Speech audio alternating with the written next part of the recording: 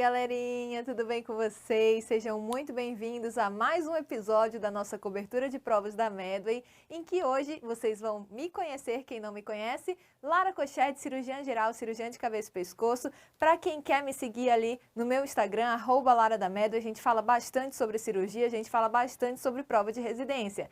Então, vamos hoje para as nossas dicas e apostas da prova da FAMEMA, nossa Faculdade de Marília, de 2025 para a prova de cirurgia.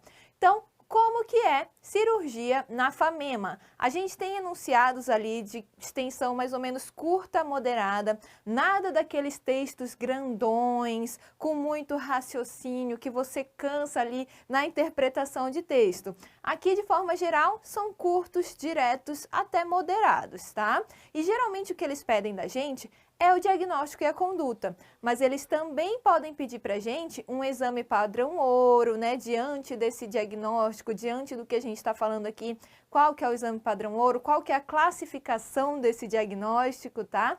Então, eles costumam pedir geralmente isso, mas o mais pedido é diagnóstico e conduta. Uma prova, de forma geral, de memorização, uma prova que puxa mais para decoreba do que raciocínio clínico. Então, eles pedem epônimos, classificações, técnicas cirúrgicas, síndromes específicas, semiologia e anatomia também aparece aqui na FAMEMA, cobra tríade, triângulo, né? Tríade de sintoma ali, triângulos anatômicos para a gente saber. Então, isso aqui é uma prova puxando mais para memorização do que para aquela prova de raciocínio clínico, tá bom? Mas tem um pouquinho de raciocínio clínico geralmente associado ali. Não é aquela memorização pura que você vê a prova e você fala, nossa, não tinha como eu ter estudado para isso, é tudo decoreba. Não, ainda tem um pouquinho ali de raciocínio clínico, pede o diagnóstico e a conduta, como eu falei para vocês.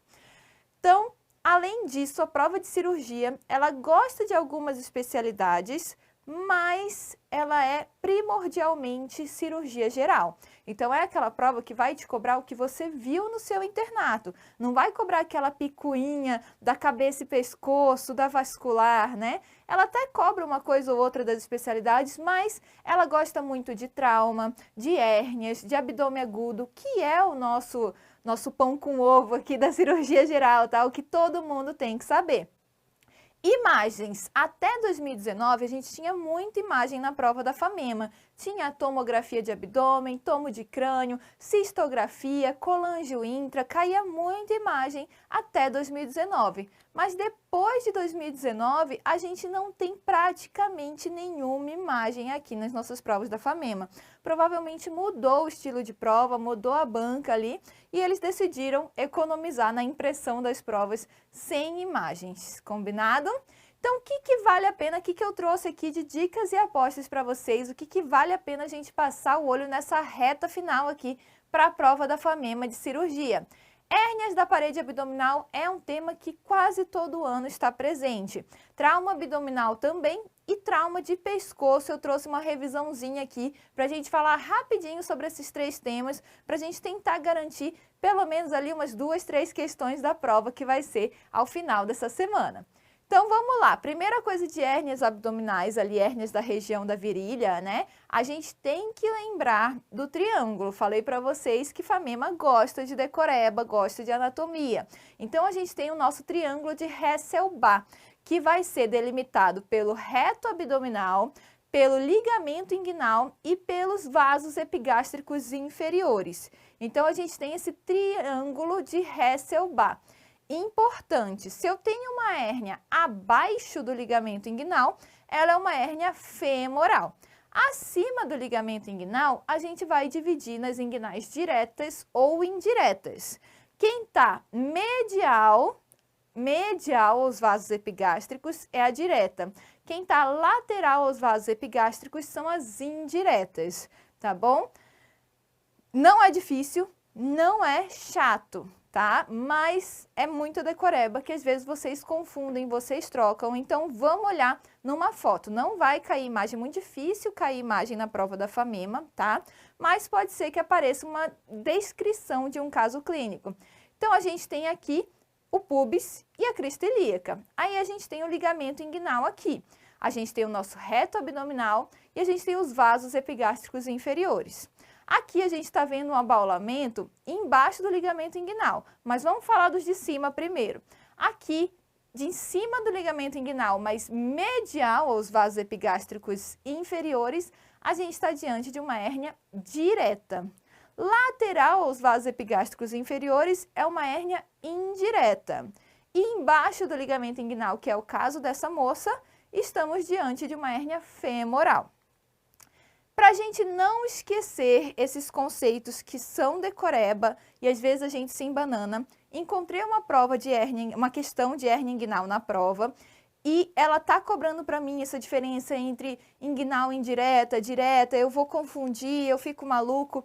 Escreve do lado da questão 6 Is minúsculos, tá? E aí você vai, a inguinal mais comum é a indireta, tá? Que é aquela da infância, ou seja, tem a ver com a persistência do conduto peritônio vaginal. Não tem a ver com a fraqueza da parede abdominal, porque crianças não têm essa relação, a não ser em algumas síndromes raras. Mas é aquela da infância, que é da persistência do conduto peritônio vaginal.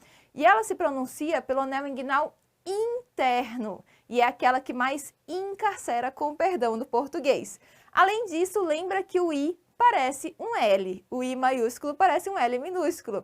Então, você vai escrever que ela está lateral, a inguinal indireta está lateral aos vasos epigástricos inferiores e você palpa ela no limite do seu dedo se você tiver numa manobra de Landivar, tá bom? Você sente na ponta do dedo, justamente porque ela está vindo do anel inguinal interno. Combinado? Parece difícil, mas lembra de escrever na prova ali os 6 Izinhos maiúsculos e aí no final o I maiúsculo vira 2 Lzinhos minúsculos, tá bom? E aí vocês vão lembrar, vocês garantem um monte de questão só com esse macetinho aqui de 30 segundos da cirurgia geral. Técnicas cirúrgicas para hérnias da parede abdominal. A gente tem algumas que tudo que cobra epônimo, falei para vocês que a Famema gosta, né? Então pode aparecer para a gente aqui a cobrança dessas técnicas cirúrgicas. Liechtenstein, Liechtenstella, né? Liechtenstein, Liechtenstella. Então, Liechtenstein é aquela técnica que tem uma tela que é livre de tensão. Schuldeis, a gente imbrica múltiplas camadas ali. McVeigh é a da femoral. Então, falou em hérnia femoral, lembra da técnica de McVeigh. E a gente sutura ali no ligamento de Cooper para garantir. Bassini, a gente sutura o tendão conjunto no ligamento inguinal. Todas essas são com tensão, tá, gente? Só Liechtenstein que é livre de tensão porque tem a tela. Bassini, já falei. Rivestopa é uma tela gigante na posição pré-peritoneal, no espaço de Hetzius, tá? Então, isso aqui, a Famema já cobrou o nome desse espaço pra gente aqui no Rivestopa. Combinado? TAP-TEP são aquelas videolaparoscópicas posteriores. A TAP é a transabdominal pré-peritoneal e a TEP é totalmente extraperitoneal. Complicações pós-operatórias das minhas correções das hérnias inguinais. No reparo aberto, eu posso lesionar o nervo ilho-hipogástrico. Lembra hipogástrico? A gente lembra do pubis e da região inguinal, pode doer.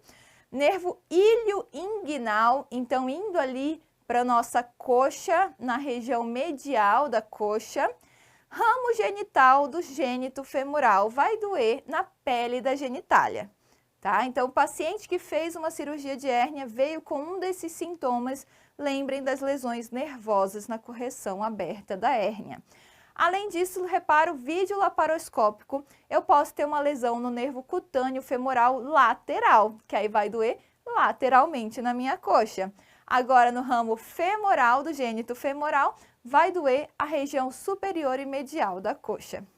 Combinado, gente? Sei que parece difícil, vocês se embananam, mas é só lembrar, hipogástrico é aqui perto do pubis, ilho inguinal, lembra das ilíacas indo ali medial na coxa, tá? E genital do gênito femoral, lembra da pele da genitália. Agora o nervo cutâneo femoral lateral vai para a lateral da coxa e o ramo femoral do gênito femoral segue medial ali e superior. Combinado, gente? Além disso, outras complicações que podem aparecer. Orquite isquêmica, se eu tenho uma trombose do plexo venoso pampiniforme ali, eu posso evoluir com uma orquite isquêmica pós-operatória nos pacientes masculinos, tá, gente? Isso gera uma congestão do testículo que pode gerar uma isquemia e uma atrofia testicular nesses pacientes. Infecção de ferida operatória também é uma complicação que a gente tem que estar atento nas herniorrafias e hernioplastias. E aqui a gente tem bastante controvérsia com relação ao uso de antibióticos. A gente sabe que a herniorrafia, em que eu não uso tela, herniorrafia e hernioplastia, né? As duas são cirurgias limpas, eu não adentro o trato gastrointestinal, trato geniturinário, nada disso. Então, por isso, eu não teria indicação de antibiótico profilaxia. Mas no momento em que eu coloco uma tela, muitas literaturas falam para eu indicar antibiótico profilaxia pela colocação da prótese, pela colocação do corpo estranho, tá? Então, ainda fica um pouco ali divergente na literatura. Se falar em tela, provavelmente a questão quer que você indique antibiótico profilaxia. Se falar sem tela, aí é meio polêmico, porque realmente a gente geralmente não indica. Importante, se eu tenho uma infecção de ferida operatória, às vezes a gente vem com aquela coisa já montada na nossa cabeça, né? Tem prótese, infectou, arranca a prótese, porque a prótese vai montar um biofilme e vai perpetuar essa infecção. Calma, eu só preciso tirar a tela se essa infecção for profunda. Se for uma infecção superficial de ferida operatória, não precisa ir arrancar a tela. Você pode abrir os pontos, você pode lavar, drenar, antibiótico, né? Dependendo ali dos sinais e sintomas do meu paciente. Mas não preciso sair arrancando a tela, só se essa infecção for profunda, aí eu preciso justamente porque essa tela pode perpetuar essa infecção. Hérnias especiais, falei para vocês, provas de memorização, adoram epônimos, então pode ser que apareça um dos epônimos dessas hérnias especiais. Amiande, A de apêndice, a gente tem um apêndice na hérnia inguinal, tá? Tá lá corrigindo a hérnia, na hora que tira tinha um apêndicezinho ali dentro da hérnia, dentro do saco herniário. Garangeô é a mesma coisa na femoral, tá? Então, um apêndice na femoral a gente chama de garangeô. Litré é divertículo de Meckel no saco herniário. Richter é quando eu tenho um pinçamento da borda antimesentérica, tá? Então, é uma hérnia ali que só a borda antimesentérica do intestino é pinçada e ela raramente, praticamente não estrangula, né? Porque você tá na borda antimesentérica ali, você não tá pegando nos vasos. Hérnia de Grinfeld é uma hérnia lombar superior. Grinfeld e Petit são as hérnias lombares. Quando eu falo em superior é o Grinfeld, quando eu falo Petit, pequeno, inferior, tá, gente? E a hérnia de Spiegel é aquela que se pronuncia pela linha semilunar sobre a linha arqueada de Douglas. Lembrem que a Famema gosta de anatomia, a Famema gosta de epônimo e a Famema gosta de hérnias. Isso pode aparecer para vocês. Vamos discutir uma questãozinha aqui que vocês vão ver que não é difícil a gente diferenciar. Um homem de 50 anos apresenta uma protuberância na parte inferior do abdômen há alguns anos, indolor, que pode ser empurrada de volta para a cavidade abdominal, mas reaparece quando ele faz esforço na valsalva, ela pula para fora. O abaulamento está localizado logo acima do ligamento inguinal. Indicada a cirurgia, durante a avaliação intraoperatória, a gente vê que se projetava lateralmente os vasos epigástricos inferiores. Gente, tá acima do ligamento inguinal, a gente já corta a femoral. E ele fala lateralmente os vasos epigástricos inferiores. A gente está diante de quem, gente? Quem que está lateral? Lembra que o Lzinho parece um I maiúsculo? A hérnia inguinal indireta. Então, ó, acima do ligamento inguinal, a gente já corta a femoral da letra D. Hérnia de Spiegel, né, aquela da linha semilunar, não tá aqui, não tá falando nada com isso, linha arqueada de Douglas. Não, a gente fica entre a direta ou a indireta. Acima ali do ligamento inguinal são as inguinais, diretas ou indiretas. Lateral, o L parece um I. Indireta, tá bom, gente? Hérnia inguinal indireta. Falei que vocês acertam muitas questões com o macetinho do I com L, tá? Vamos para o trauma abdominal, nosso segundo tema de hoje. Trauma abdominal, eu quero trazer coisas que estão... Claro que não dá para eu falar tudo de trauma abdominal aqui, mas eu quero trazer dois temas que estão muito em alta, tá? Primeiro deles é o tratamento não operatório. A gente tinha antigamente o conceito de que é prova de cirurgia, o cara vai querer abrir, o cara vai querer levar para cirurgia, todas as respostas são laparotomia. Isso caiu por terra. De uns anos para cá, cada vez mais eles estão cobrando o manejo não operatório, o manejo conservador das nossas vísceras maciças no trauma abdominal. Então, o que eu preciso lembrar do tratamento não operatório? Ele vale para vísceras maciças, o fígado, o baço e os rins, tá? Então, intestino delgado perfurou, cólon perfurou, não vale para tratamento não operatório, tá?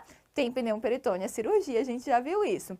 O principal ponto que me faz indicar o tratamento não operatório, que eu tenho que estar atento na questão ali, é a estabilidade do meu paciente, tá? O que eu preciso para indicar um tratamento não operatório no trauma abdominal?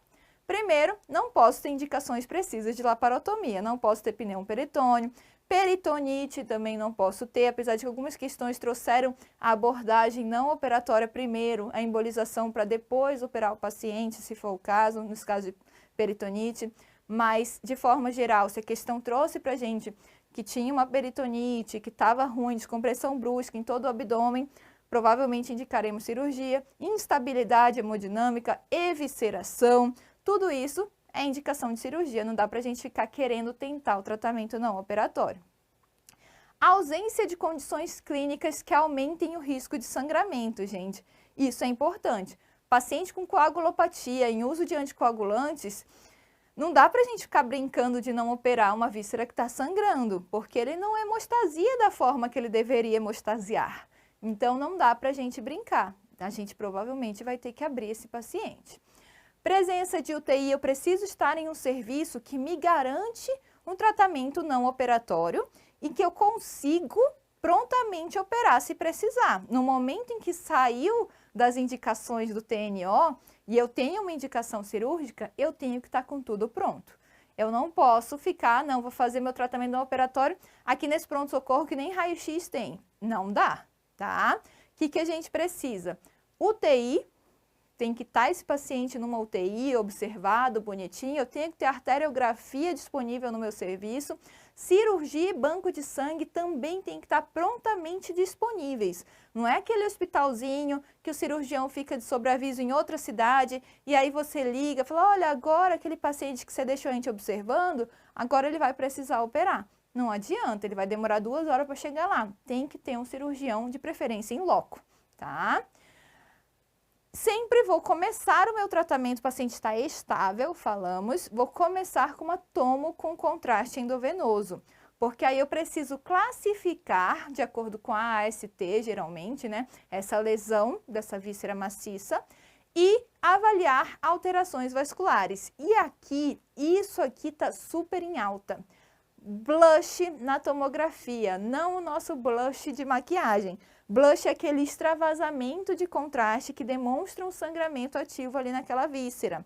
E a gente consegue ir lá e tratar endovascular, embolizar esse vasinho que está sangrando, independente do grau da lesão. Gente, esse conceito está super em alta. Ah, mas é grau 5, nossa, está estraçalhado. Tem blush, gente, dá para tentar a embolização por arteriografia, se o paciente está estável, tá?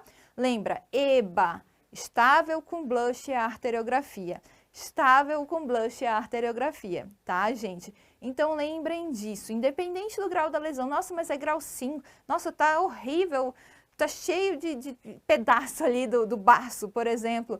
Gente, se tem blush e o paciente está tranquilo, dá para tentar arteriografia. A gente consegue tentar arteriografia 2 vezes antes de pensar que é uma falha terapêutica do tratamento endovascular, tá? Então, aqui, ó, pra gente, difícil cair imagem, acho difícil, se cair provavelmente vai vir falando que tinha extravasamento, tinha um blush na tomografia, mas pra gente não esquecer, ó, esse extravasamentozinho ali no órgão, que a gente consegue ver o contraste extravasando um pouco ali, geralmente no meio de um hematoma. Isso é o blush que a gente vai indicar embolização por arteriografia. Controle de danos é outro tema que está super em alta e sim, estamos apostando bastante que isso vai aparecer em algumas provas ao longo desse ano. Controle de danos ou damage control é quando o nosso paciente entra na nossa tríade mortal ou está entrando na nossa tríade mortal, que é composta pelo chá da morte, CHA, chá da morte, coagulopatia, hipotermia e acidose.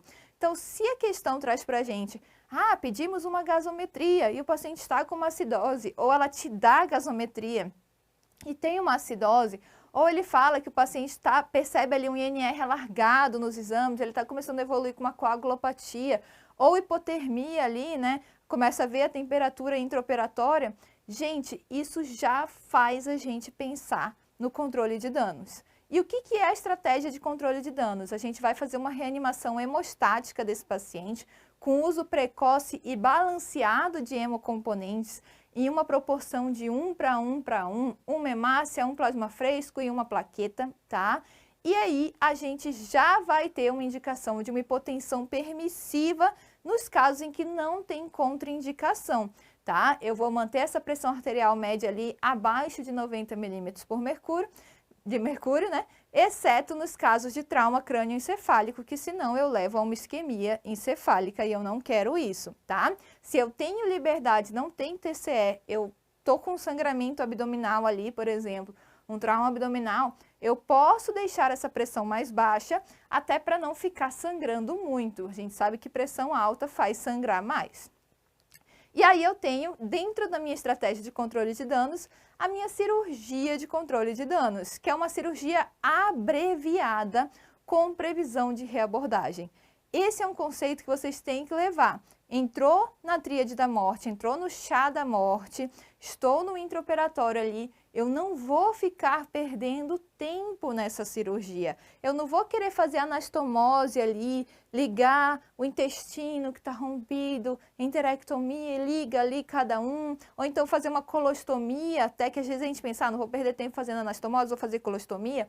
Colostomia também demora, tá? Ali a gente não vai perder tempo, a gente vai evitar ostomias e anastomoses. E aí a gente vai entrar nessa cirurgia aqui que tem vários pilares.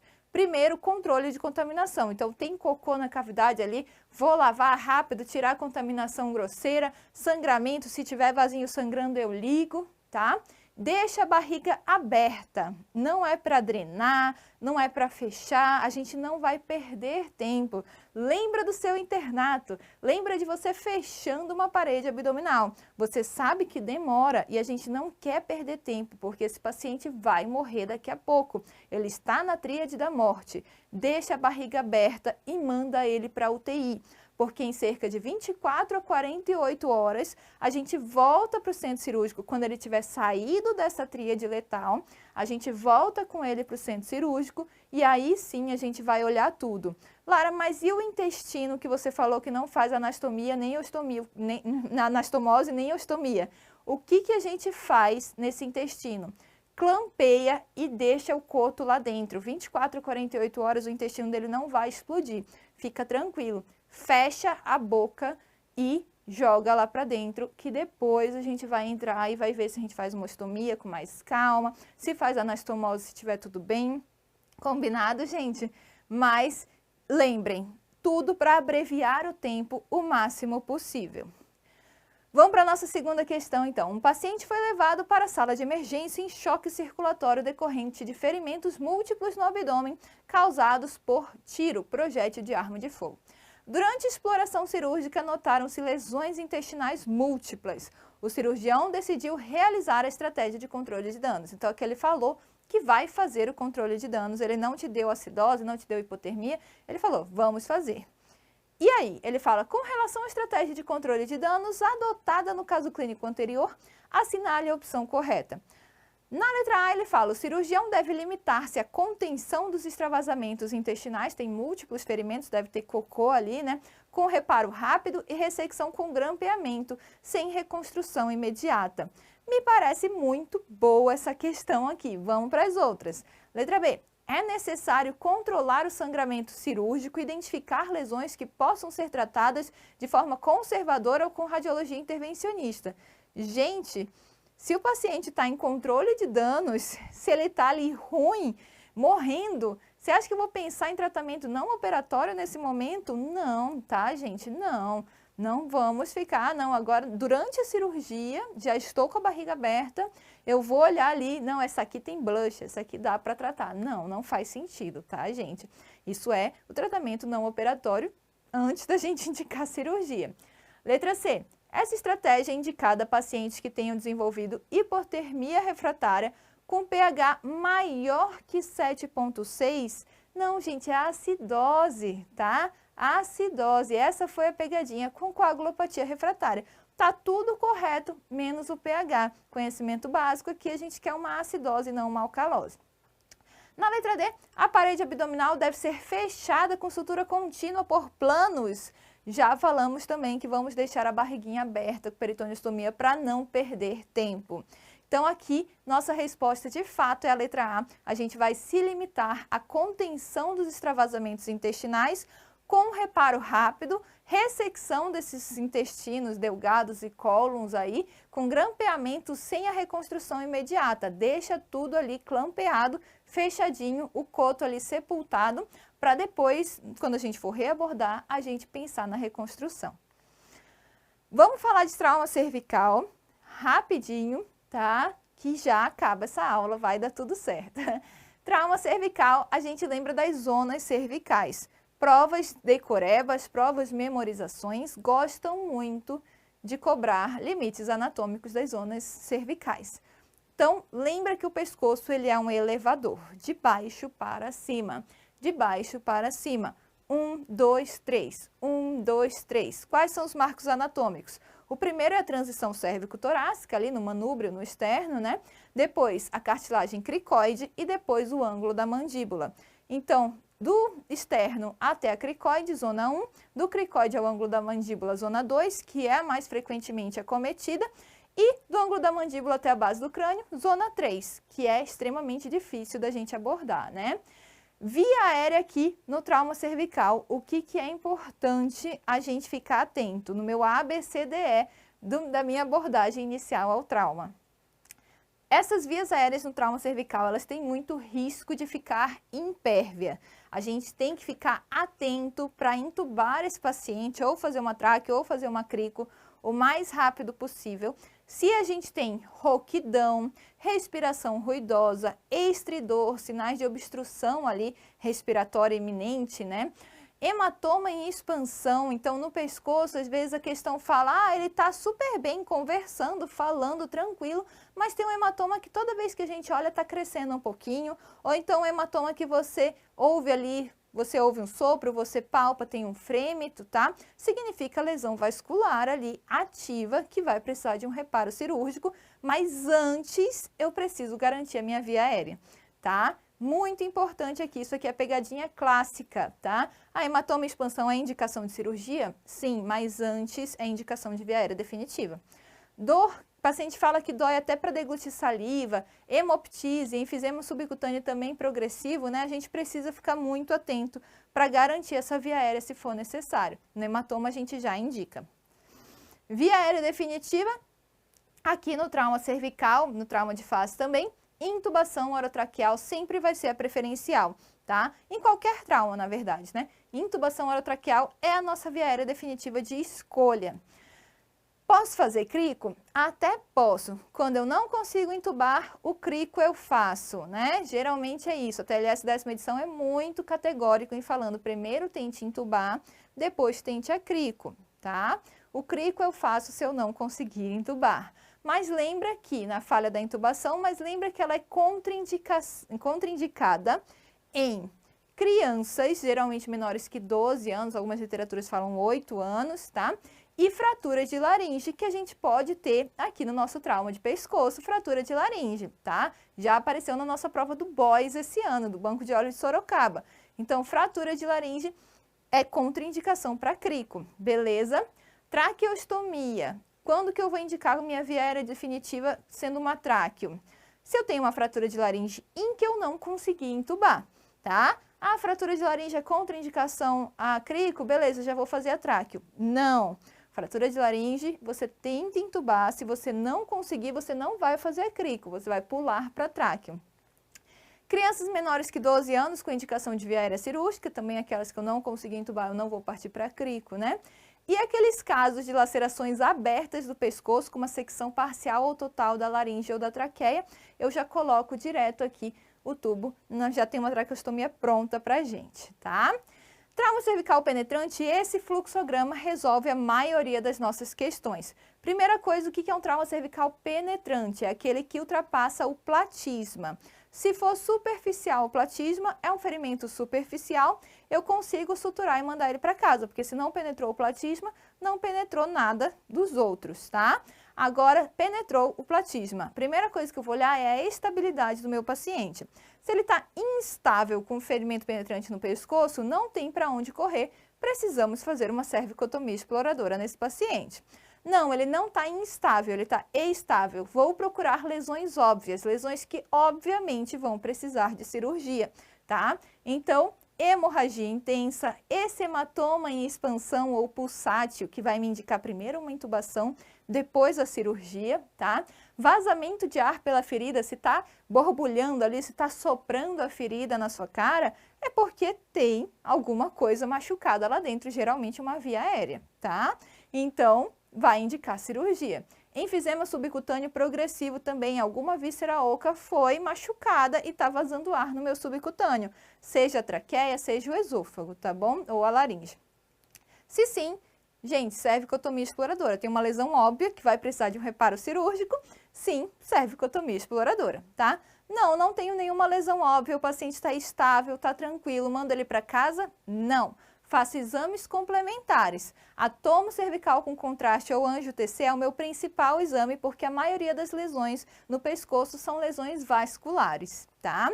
Ultrassom Doppler também pode me ajudar, uma laringo ou uma bronco se eu estou pensando em lesão de via aérea, uma endoscopia digestiva alta que pode ser associado com esofagograma para a gente melhorar a acurácia ali de uma lesão esofágica, por exemplo.